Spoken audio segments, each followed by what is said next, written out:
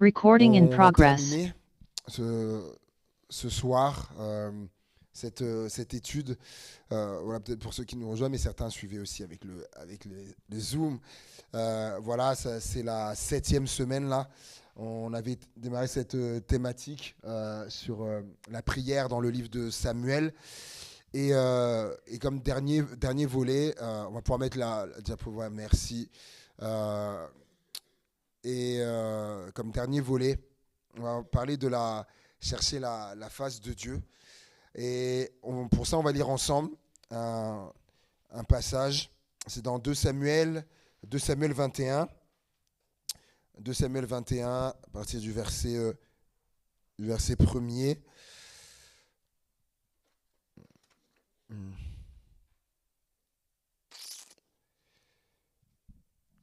Du temps de David, il y eut une famine qui dura 3 ans. David chercha la face de l'Éternel et l'Éternel dit : c'est à cause de Saül et de sa maison sanguinaire, c'est parce qu'il a fait périr les Gabaonites. Le roi appela les Gabaonites pour leur parler.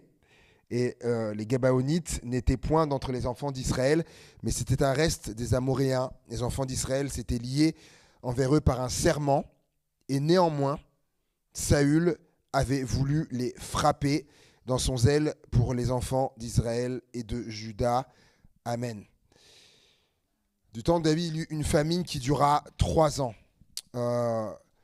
Je sais pas si un de nous ici a déjà vécu une famine, moins non, mais quand même de ce que l'on peut voir, hein, des images aujourd'hui, une famine, c'est difficile, une famine c'est compliqué. Et là, en l'occurrence 3 ans, je me dis dans un contexte comme ça, de famine, je me dis 3 ans c'est long. 3 ans c'est long. Et j'ai essayé, avec une m'imaginer si aujourd'hui par exemple il y avait une famine en France, dans le sens où, par exemple, dans les hypermarchés où on irait, il n'y aurait plus rien. Plus rien dans les hypermarchés. Quel que soit le nom, je me suis tâté, je voulais énumérer les noms, je me suis dit non, on va pas faire de publicité, mais qu'on connaît toutes les enseignes. Et vous allez imaginer les rayons, tous les rayons, partout les rayons, vides. Enfin, vous allez dans un autre, il n'y a pas chez un tel, je vais aller là, vide de partout, famine. Et je disais quand même, et il est dit que David est là, du temps de David, il y a eu une famine, donc il dura 3 ans, et il est dit, David chercha la face de l'Éternel. Et moi, ça m'a interpellé. Il vit ce temps-là, et David, qu'est-ce qu'il va faire ? Il va chercher la face de l'Éternel. Et on pourrait se dire, peut-être que dans sa prière, peut-être que David a cherché la face de Dieu pour peut-être demander à ce que cette famine s'arrête, que cette famine cesse, qu'il y ait de nouveau à manger. Un peu peut-être que lorsque, comme Élie, alors qu'il y avait plus de pluie pendant 3 ans, et demi, et il va à nouveau prier pour que la pluie tombe. Peut-être David dans cet esprit-là, qui est à nouveau à manger, alors qu'il y avait la famine depuis 3 ans. Peut-être, mais non, c'est quand on regarde la suite, c'est pas ça. C'est pas une sorte de prière comme ça qu'il aurait fait, parce que lorsque on voit la suite, il est dit, l'Éternel dit, c'est à cause de Saül et de sa maison sanguinaire. C'est à cause. Mais, alors, attendez. Dieu lui répond, c'est à cause. C'est-à-dire que, quel genre de question a pu lui poser David ? Tiens, je pense, quelque chose de l'ordre de, mais c'est quoi la raison de cette famine ? Seigneur, pourquoi cette famine, c'est quoi ? Et Dieu lui répond, c'est à cause de Saül et ça.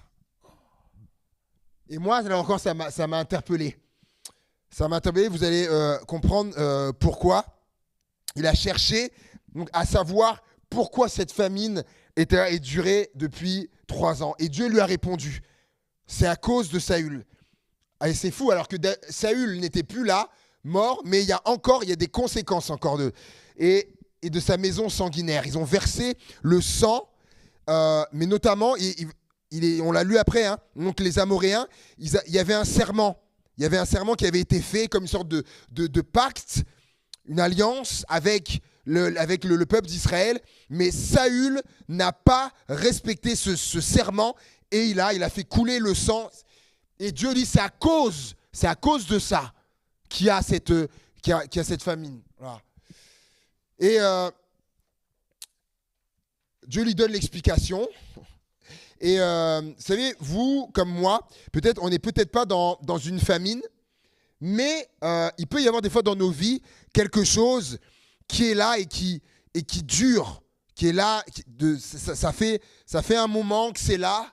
Et je vous poserai la question, je me pose la question, a-t-on cherché la face de Dieu par rapport à cette chose qui est là?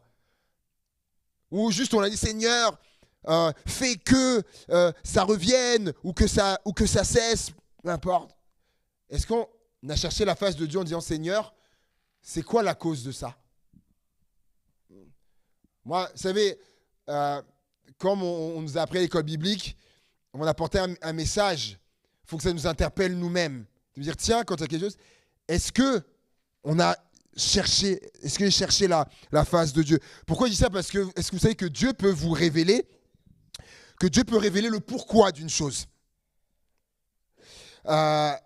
J'essaie de réfléchir dans la parole de Dieu. Il y a ces exemples qui me sont venus. Le premier qui m'est venu, c'est l'exemple de Jonas. Vous savez, Jonas, que Dieu appelle à aller prêcher à Ninive, lui va direction de Tarsis. Et qu'est-ce qu'il est dit? Mais l'Éternel fit souffler sur la mer un vent impétueux et il s'éleva sur la mer une grande tempête. Le navire menaçait de faire naufrage et les mariniers eurent peur.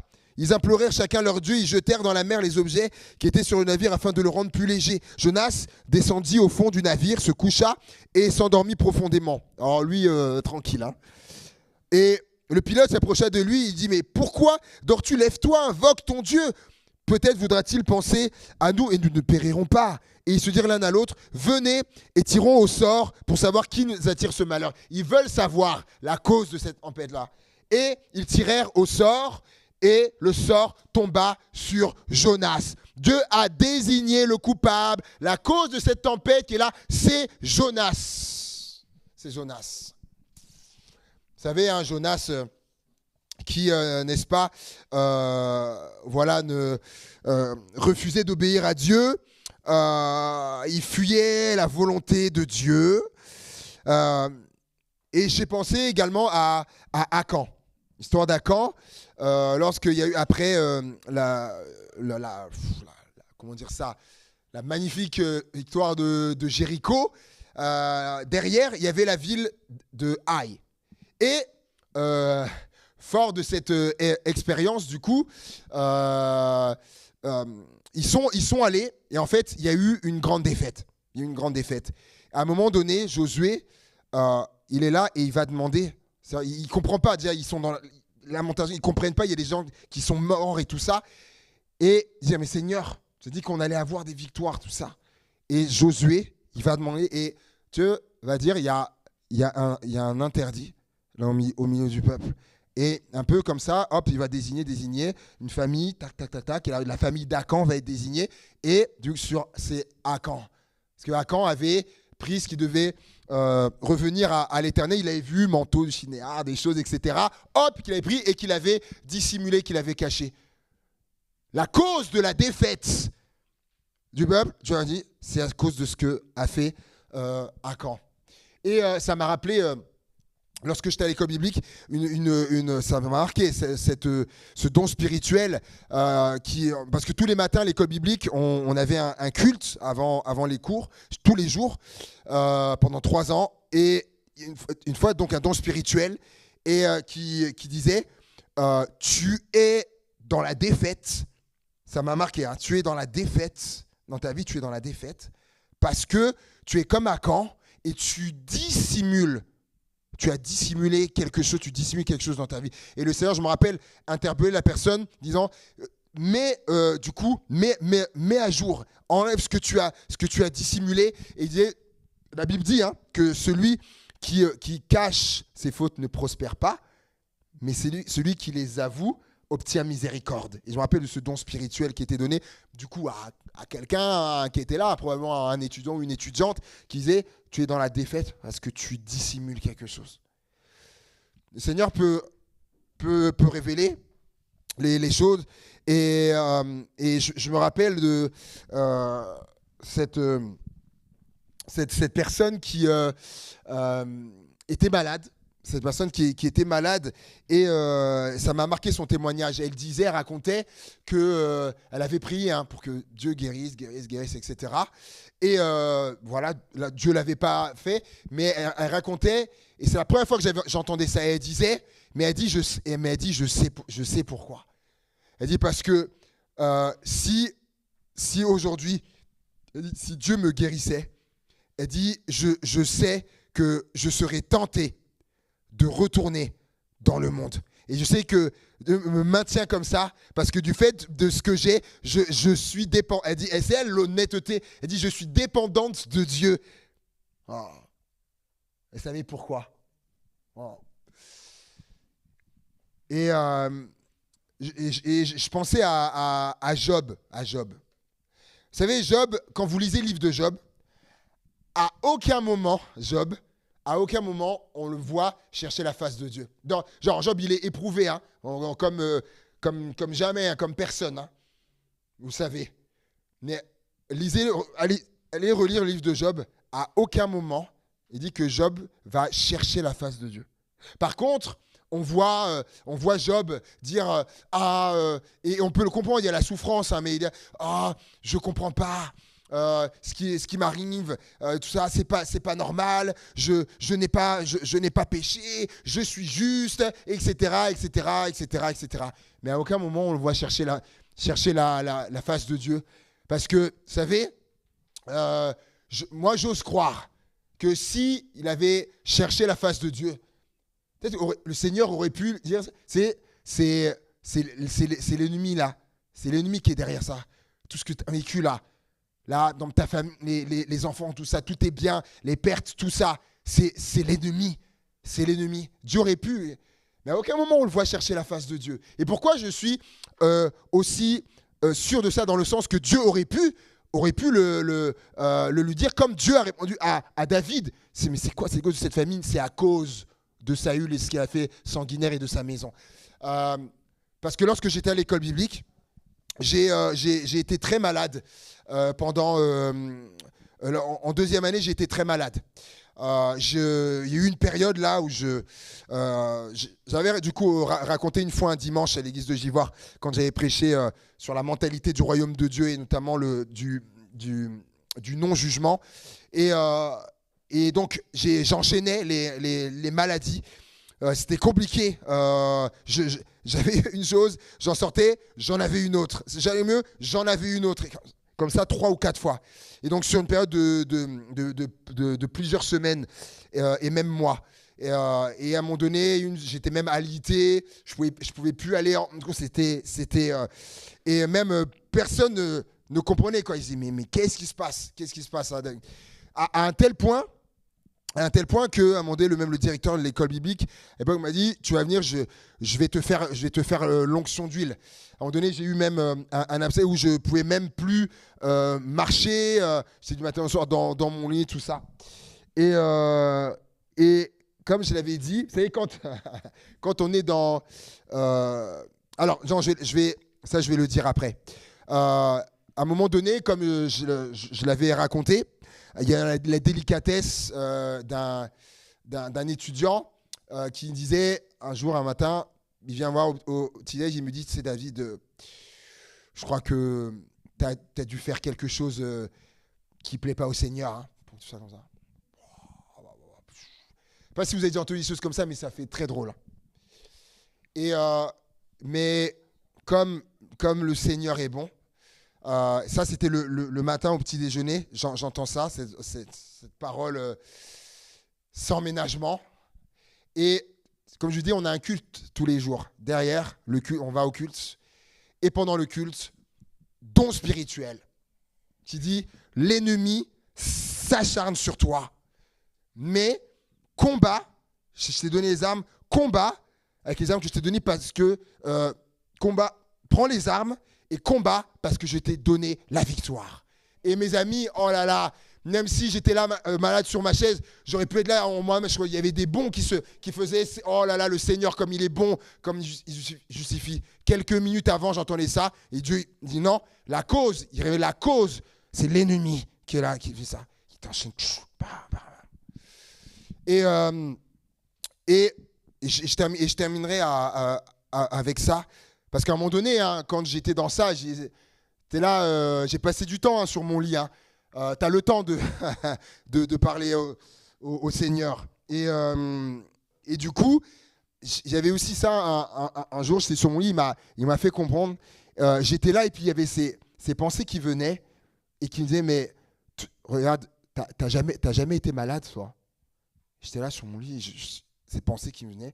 Et je réalisais que, effectivement, quand je suis allé avec lui, j'avais 23 ans, 24 ans, j'en ai 40 là. Et c'est vrai que j'avais jamais été malade. À 23 ans, 24 ans, j'avais jamais été malade. Je réalisais là sur mon lit et ces pensées qui me venaient. Plus tard, tu auras à voir des gens. Tu vas visiter des gens plus tard. Tu vas aller à l'hôpital et tu vas comprendre ce qu'ils vivent. Oh, tu vois. Et du coup, je comprenais aussi le pourquoi. Le pourquoi aussi je passais par là. Et je conclue avec ça. Vous savez, on l'a vu là, comment le Seigneur a pu montrer les choses. Et des fois, peut-être pour quelqu'un, c'est-à-dire tu chercheras la face de Dieu et tu diras, Seigneur, mais c'est quoi toutes ces choses-là? Et le Seigneur aussi dit, mais des fois, c'est pas simple hein, ce que l'on entend du Seigneur parfois. Et ben, des fois, on pourrait entendre, mais peut-être pour quelqu'un, mais ça dure comme ça parce que tu n'acceptes pas de te remettre en question. Tu n'acceptes pas de te remettre en question. Je me rappelle l'exemple pour quelqu'un, ça lui dit, mais lui disait, mais tu ne veux pas changer. Tu ne veux pas changer. Tu ne veux pas te laisser transformer. Alors du coup, alors ça perdure, alors ça continue. La personne a pris d'accord. Et pour une autre personne, peut-être que le Seigneur montrera, mais c'est parce que ton moment là, c'est pas encore arrivé. Ça dure parce que c'est pas encore arrivé. Je suis en train de préparer les choses. C'est pas encore le moment. Je dois encore préparer les choses. Je dois encore aussi te travailler des choses en toi. Caractère, conception, croyance. Et il y a cet exemple aussi qui m'est venu.